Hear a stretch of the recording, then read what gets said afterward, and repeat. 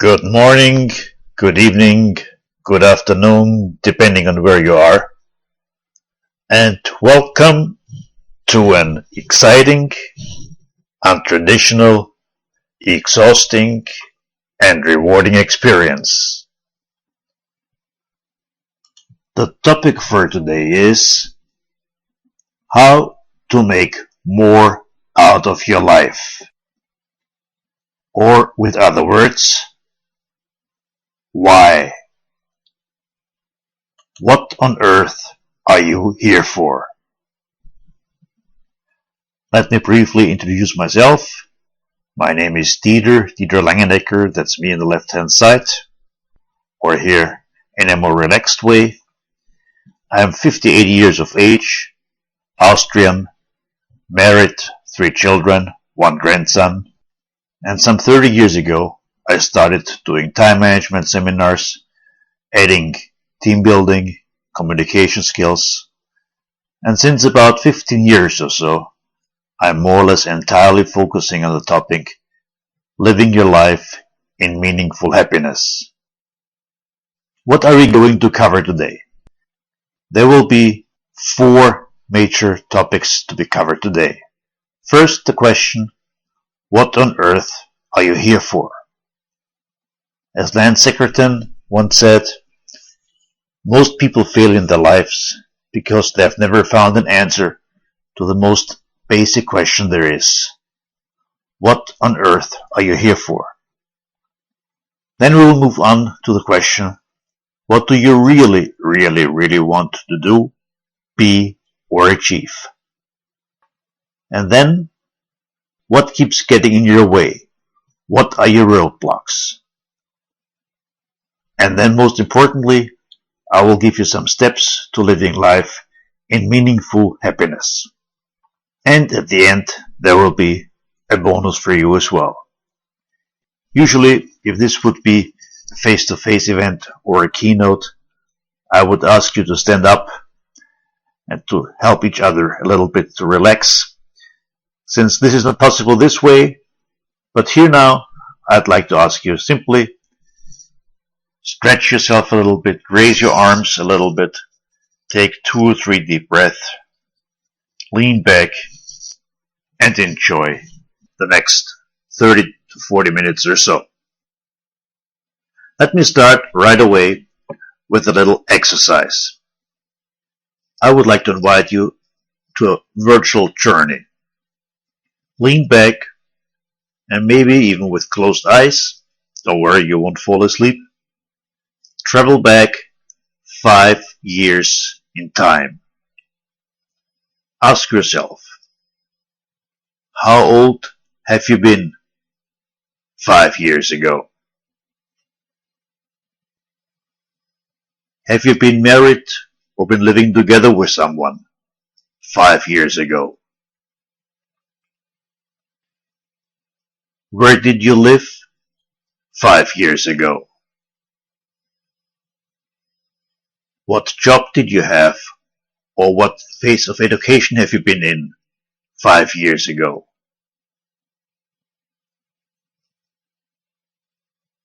Which friends did you have 5 years ago? And I mean real friends. And what big changes have there been in your life in these last 5 years? And the next question, the most important one. What is your feeling? Did this last 5 years pass by? Slowly or quickly? Slowly or quickly? What is your feeling? If you're only somewhat like most people, you probably feel that they were passing by rather quickly. Maybe even too quickly. And the sad thing is, the older we get, the faster time seems to pass by. A little child, 5-6 years of age for instance, has a completely different concept of time and feeling of time than someone in the Middle Ages or someone is retired. Some years ago, United Nations were doing a survey. They asked retired people, how fast did the last 20 years before retirement pass by? And these people replied that for most of them, the last 20 years before retirement, meaning from 45 to 65, were rushing by as fast as 5 to 10 years in their youth or in the Middle Ages. Which means, take your present age, add 20 years, and imagine these next 20 years will pass by as fast as the last 5 to 10 years. Not a real nice thought, is it? Therefore, what I'm aiming for here in this webinar is to provide you with a lot of practical ideas and recommendations how you can avoid that the next 10, 20, 30 or whatever years we have left will rush by like the last 5 to 10 years, or rather are experienced like 10, 20 or 30 years. That a year will be like a real year again. It will be filled with the quality of life we all deserve. This, no more and no less, is the goal. How can we get there? I admit it took me many years, not to say decades, doing all imaginable mistakes on my quest to find an answer to the question, why am I on this planet? I started my business as a small consulting company, added, as I mentioned before, different topics, extended my business to other countries, gave speeches and ran seminars all over the world. But at the same time, I had this nagging feeling that at the end of the day, I only helped companies to improve their profits. Something was missing. At the same time, it struck me that most people, me included, were unable to give a specific answer when asked, why are you here on this planet besides to make money? Why do you get up every morning? The most common answer was, and is, I want to be happy. But if I ask them, okay, and what means happiness to you in non-material terms? They were unable to explain happiness in terms other than money, house, car, and so on. And then, by chance, I met again Dr. Viktor Frankl, the author of Man's Search for Meaning, who has spent 3 years in Nazi concentration camps and whom I had met many years before as a student when he was giving a lecture at my university.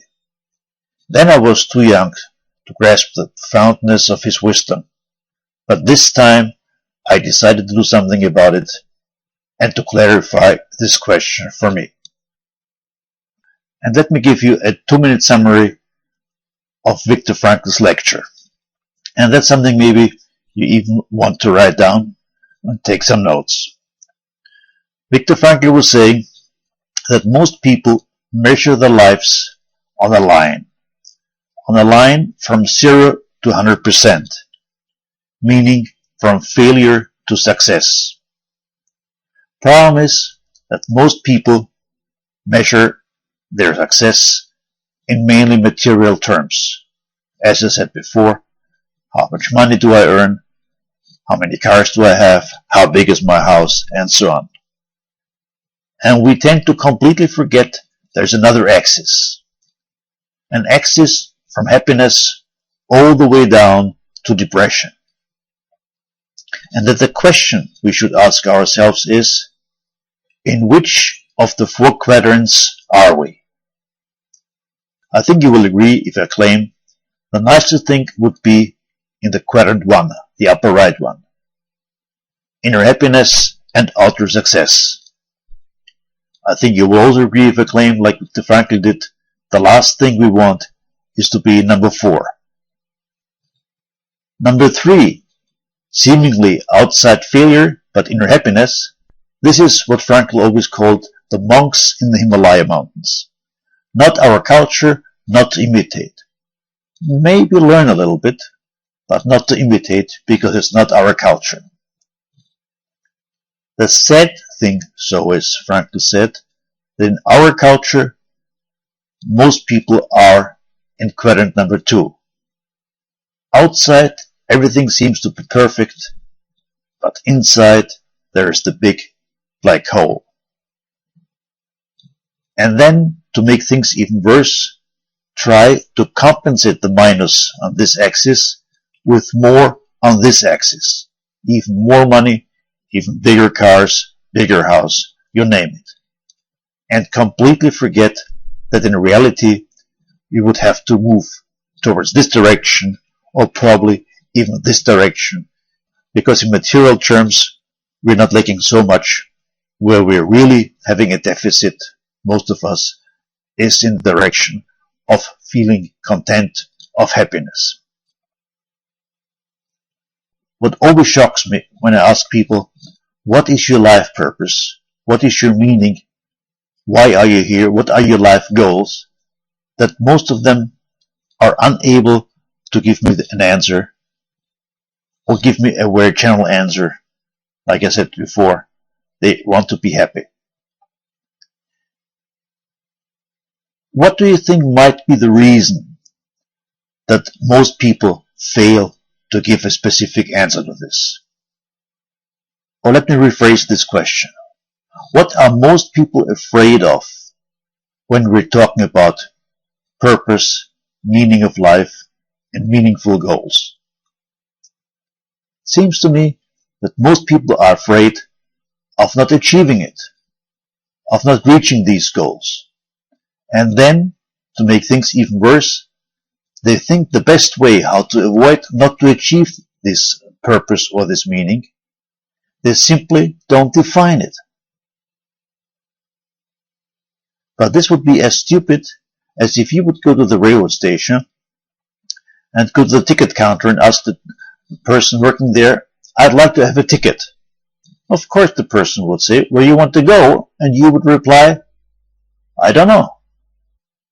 Obviously the person would ask you, okay, you will have to have a goal for your journey. Nope. Well, a direction for your journey. Nope. Well, some criteria. And then you would say, oh yes. And the person would say to you, okay, finally, so what's your criteria? And you would reply, first class. Both ways. And then he would sell you a ticket to the most remote corner of this planet. And you would be upset once you get there for not having bought yourself a ticket to Paris. And here comes the point. And blame whom? Blame the person who sold you the ticket. And this is exactly how most people lead their lives. Where do you want to go in your life? No idea. What's the purpose? No idea. Some direction? Not really. Some criteria? Oh yes. What is it? I want to be happy. And then they end up somewhere they never wanted to go, and then they start to blame everybody else for failing. The parents, the boss, the clients, the politicians, you name it. I have one name for leading life this way. Gambling. Pure gambling. And please don't misunderstand me. I'm not saying that we must define a purpose or a meaning or meaningful life goals. But then we also never must complain about where our life has led us to. But if it is somewhat important to us where we go in life and what we do with our life, then we will have to make up our mind. What is the reason I'm here? What could be my meaning, my purpose? What would be meaningful goals in our lives? Problem is that in most cultures on this planet, from the very childhood, we are educated in terms of postponing happiness. We always think some more years and then this will not be anymore or that will be here and then happiness will be waiting around the corner. It starts in childhood. What's the first career step, so to speak? A little child 4 or 5 years old is waiting for desperately. First career step for a child in this age? School. Primary school. Finally, happiness. After 2 or 3 years, what's a little child saying? It says, this can't be happiness. Happiness must be high school. And then it's waiting for years until finally it's the first day in high school. Happiness. But now it doesn't take years anymore. It only takes months, and the youngster is saying, this can't be happiness. Happiness must be to earn money. Yes, this must be happiness. And is waiting desperately for the first day in work. And the bank account starts moving. Happiness. But then we discover 2 things. First of all, we have to pay taxes, which is not really fun. And then, secondly, even worse, we realize that in the company hierarchy, there are people above us, and they have a sign on their desk which says, management means work done by others. And I'm the others. So this can't be happiness either. So happiness must be to make career. And then we're waiting desperately for the day when the boss is saying, congratulations, you are promoted. Wonderful. But going through life alone is a little bit boring. And then I'm trying to find someone to spend the rest of my life with me. And then finally I find someone, and then until death separates us. After 2 years, or earlier, if you have bad luck, this must have been a mistake. This can't be happiness. Happiness must be to get rid of my partner. And then waiting for years until the judge says, and you're divorced. Finally, happiness. All the time for me, all the money for me. And a little bit more career, excellent. But then it's boring again alone. So I marry a second time. And just to make sure this time it's going to work out properly, we put 3 children here on this planet. But my second wife gets naughty. She starts to complain. She says, Dieter, children don't see you when they're growing up. You're never at home. And then I say, honey, this is your fault. You have to keep back the growth, less fertilizer. But the children keep on growing.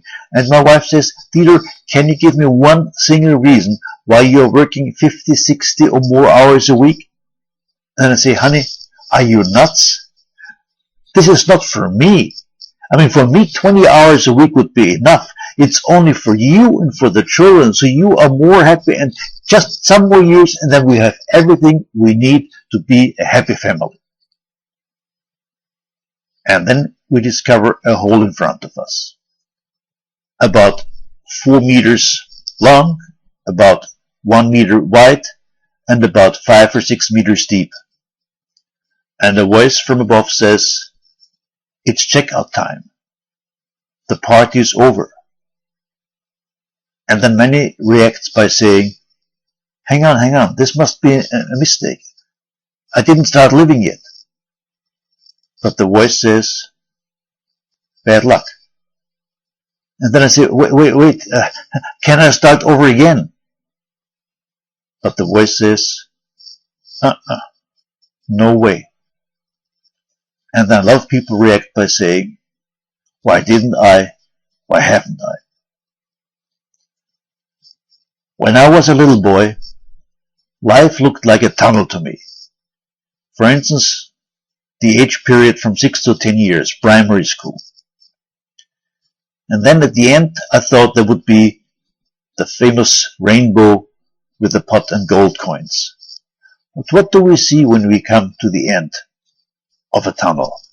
Do we see this rainbow? Nope.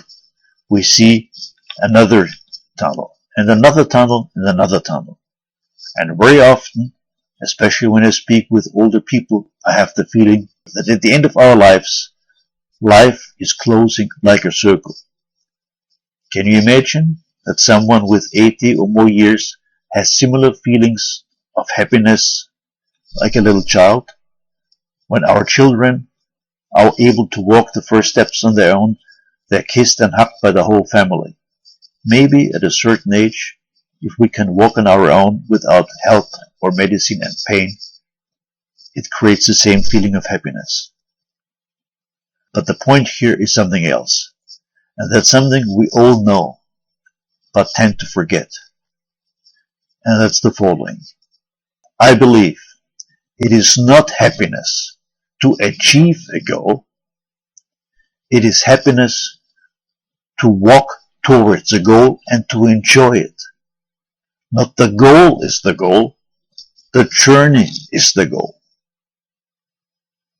Now you might say, well, if it's not the goal but the journey, I don't need the goal. Wrong. I need to have a goal. I need to have a vision. I need to have a purpose, but only to help me to enjoy the way. Let me show you how you can define for yourself what is really, really important to you and how to implement it with other people and not despite other people. Let me show you a little technique how to get started on the journey of living a meaningful life. Please take a blank piece of paper, and if you don't have one with you now, stop the video for a moment, get a blank piece of paper and a pen or pencil, and then write on top of it meaning, purpose, goals. And in a few moments I'll be giving you some questions which will help you to find your own answers to your meaning, purpose, and life goals. But before we start, just a few words of warning. I don't have any idea how long human mankind is existing. Let's assume 2 or 3 billion years, just for the example's sake. Problem is, I'm afraid that the evolution, the technical evolution especially, has been much faster than our mental evolution. What do I mean? It only took some 100,000 years to develop the wheel. It only took thousands of years to develop the first car. It only took a century to develop the first plane. It only took a decade to fly to the moon. But I'm afraid our mental development was not able to keep up with this speed. Imagine the following. You're somewhere in holidays, let's say my home country in Austria. Beautiful weather, Alps, sunshine, and you've rented a small car to enjoy the scenery. Everything is perfect until the moment you look into the rear mirror. Because what do you discover? You discover a red car, a fast car, and coming up behind you real fast and passing you in the most dangerous turn. Now what do most people, and I have to admit it's usually men, what do most people do in such a situation? Most people accelerate. Now let me ask you, what's the logical reason if I sit in a small car and being passed by a real fast car to speed up? What's the logical reason? There is no reason. What happens here? In the Stone Age, what was the only reason to live? To survive. What was necessary to survive? To hunt. What was necessary to hunt successfully? To be faster than the animal which was hunted and to be faster than the competition which also wanted to get food. And this old tape, completely unconsciously, and in most cases unnecessary, is still running in our heads. We don't have to go back that far. Let's go to present times. A few years ago, I was running a program for the board of directors of a Swiss company, and at this stage, the CEO said, Viktor, so far we more or less agree with you, but let me assure you, we always decide everything in life, both business and private, in an objective way. Now, first of all, I asked myself how a subject, an individual, can decide anything in an objective way. But I told him, okay, let's assume you can. Is it okay if we make a little test to verify it? And they said, yes, sure, no problem. So I told them, I'm going to ask you a question, And the answer, whatever it might be, whatever comes to your mind, you don't have to share with anybody, just write it down for yourself. And they said, yep, that's fine, no problem. And then I asked this gentleman, from what you have achieved so far in your lives, who should be able to see your success? Write it down. So these 7 men were writing it down, and then in the next break and during dinner, they approached me one by one to share with me their individual, unique answers. And imagine, 5 out of these 7 men told me that they've been writing down their father. Even so, he maybe has been dead for many years. But these men have been working 40, 50, 60 years, 50, 60, 70 hours a week, divorce, never seen the children, only to be able at the end to go to their father and say, look, Daddy, didn't I do a good job? Am I not a nice boy? Or if Daddy isn't alive anymore, to say he would have been proud if he still would have been able to see it. Completely driven, unconsciously, a whole life. And don't get me wrong, I'm not saying that you should jump ship, should change your life 180 degrees. No. But at least become aware, are you living your own dreams, or are you living the dreams of others? What are your dreams? What is really, really important to you? Again, in another event, a gentleman who was there with his wife interrupted me and said, Dieter, you're completely right. And in a way, I would like to leave my company right away, but I can't. And I said, why not? He said, well, we have too many debts. I said, okay, why? Well, we have a big house. What for? Well, we have 3 children. So I asked him, okay, and how old are they? And he said 17, 19, and 21. So I asked, okay, and what are they doing? He said, well, the 2 older ones are already out, and the younger one is on his way out. Then his wife turned to him in front of everybody else, was a large group, and said, honey, in a way, we don't need the house anymore.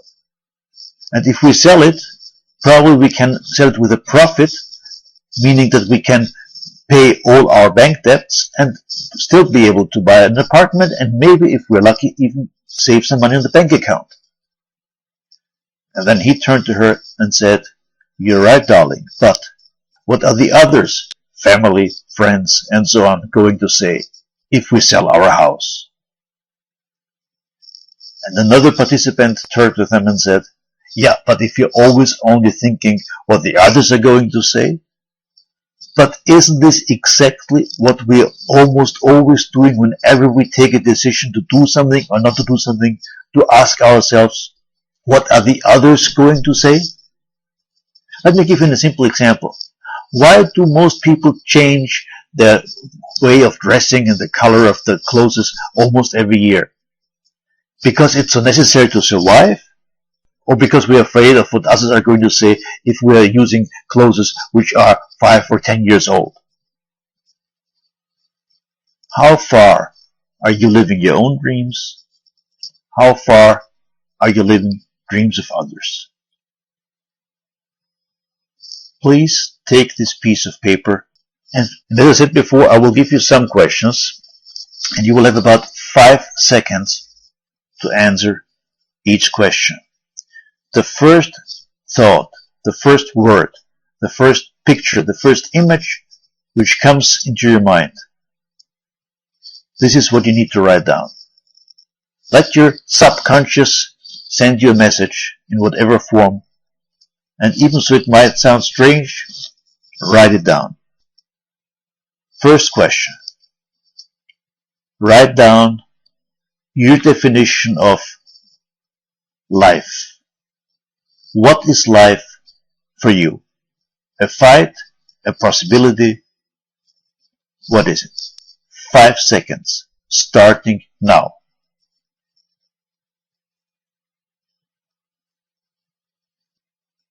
Second question.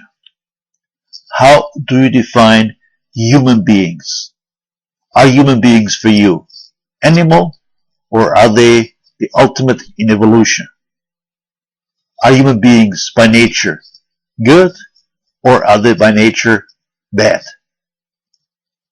Your definition, the first thought which came to your mind, 5 seconds. Now.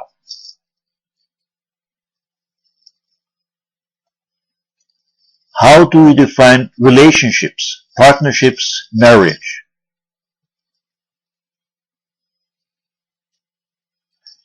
Next question. How do you define God?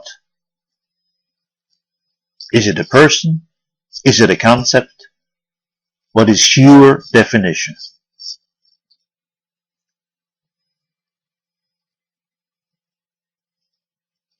Let's move to the second category. What is really, really, really important to you? What do you really, really want, do, or achieve in your life? Take 10 seconds, write down whatever comes to your mind.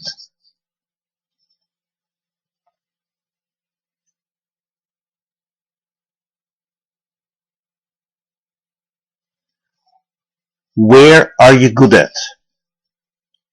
Maybe you will need some more pages, but that's fine. Write down at least 2 or 3 things where you're good at. 10 seconds.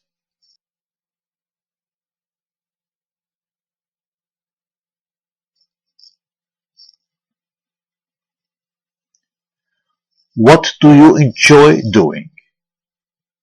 What do you enjoy doing? Think back in your life, 1 year, 5 years, 10 years, whatever.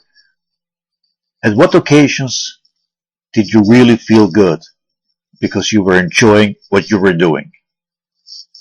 2 or 3 things you enjoy doing.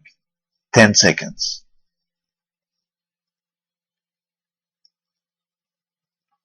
The next question might be a little bit difficult to answer right away, so you may want to come back to this question later on, but let's give it a go anyway. Why are you here? What could be your mission in your life?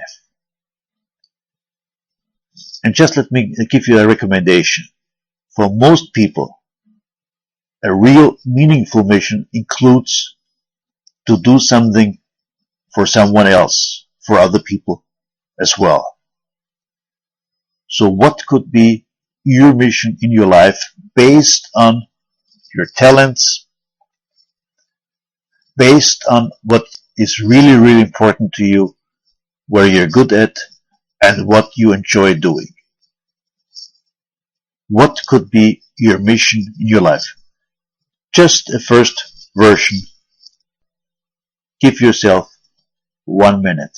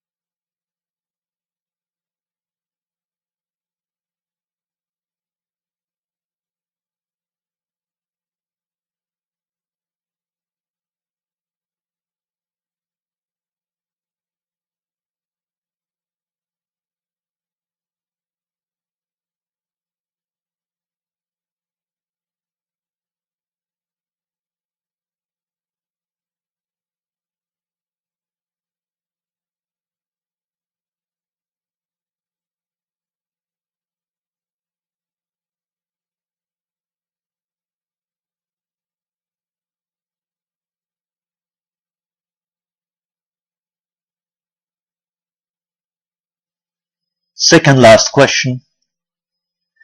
In order to implement your mission, what will you have to do differently or new to implement it, to get there?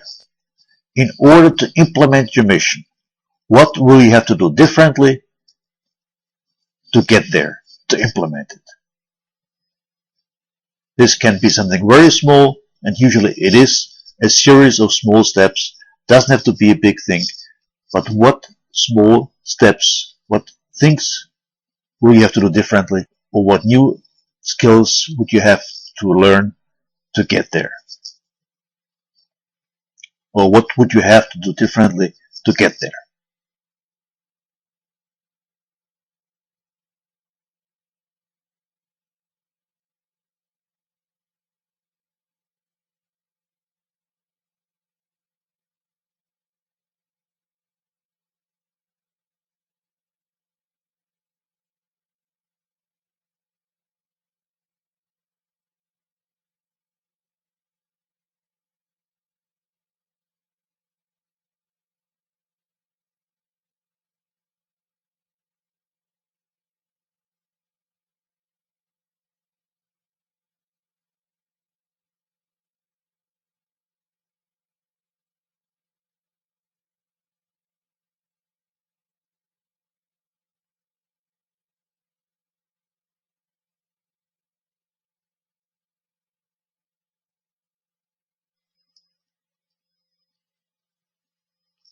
Last question.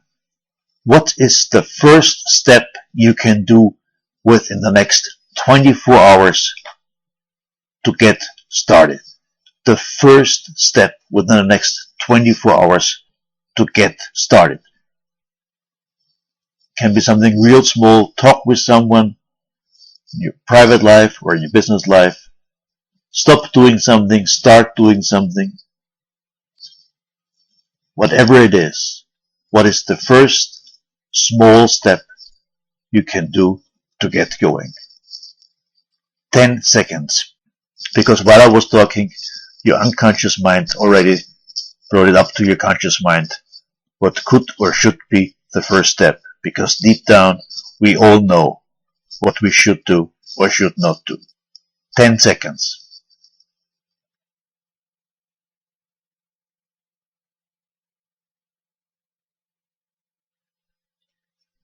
Okay, now please fold this piece of paper down to credit card size, meaning you probably have to fold it 2 or 3 times, and put it into your wallet or into your handbag. And believe me, in the next days, weeks, or months to come, you probably don't even have to open this paper. Only seeing this sheet of paper from outside will be sufficient to remind you, am I still on the right track? What can I do to get back in the right direction, in the direction what is really important for me and the people around me to lead a meaningful life? Only looking from outside will be more than sufficient.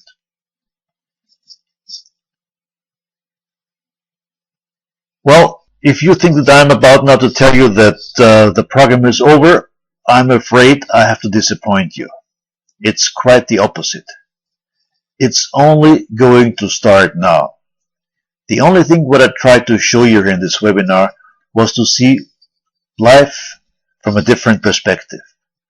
Was to make it clear to you that we have to make sure that life doesn't take a different direction than we want. That it is about your time and therefore about your life. Because your time is your life. I know it will be difficult to implement these things. You will have a whole lot of roadblocks. You will become a world champion in finding excuses. But please never ever walk around and saying, I couldn't do anything because the others didn't let me. Pointing your fingers on the others. Because this is a boomerang. Because the majority of the fingers, if you look closely, will point back to you. Which means I, myself, each of us owns the problem. And therefore, very, very brutal, I'm the only one to blame if I do not get enough out of my life. And do it like another Austrian once was saying, everybody wants to make the world a better place. And everybody could. If he, she, only would start with him or herself. Lao Tse, even the journey of 1,000 miles starts with the first step. But start.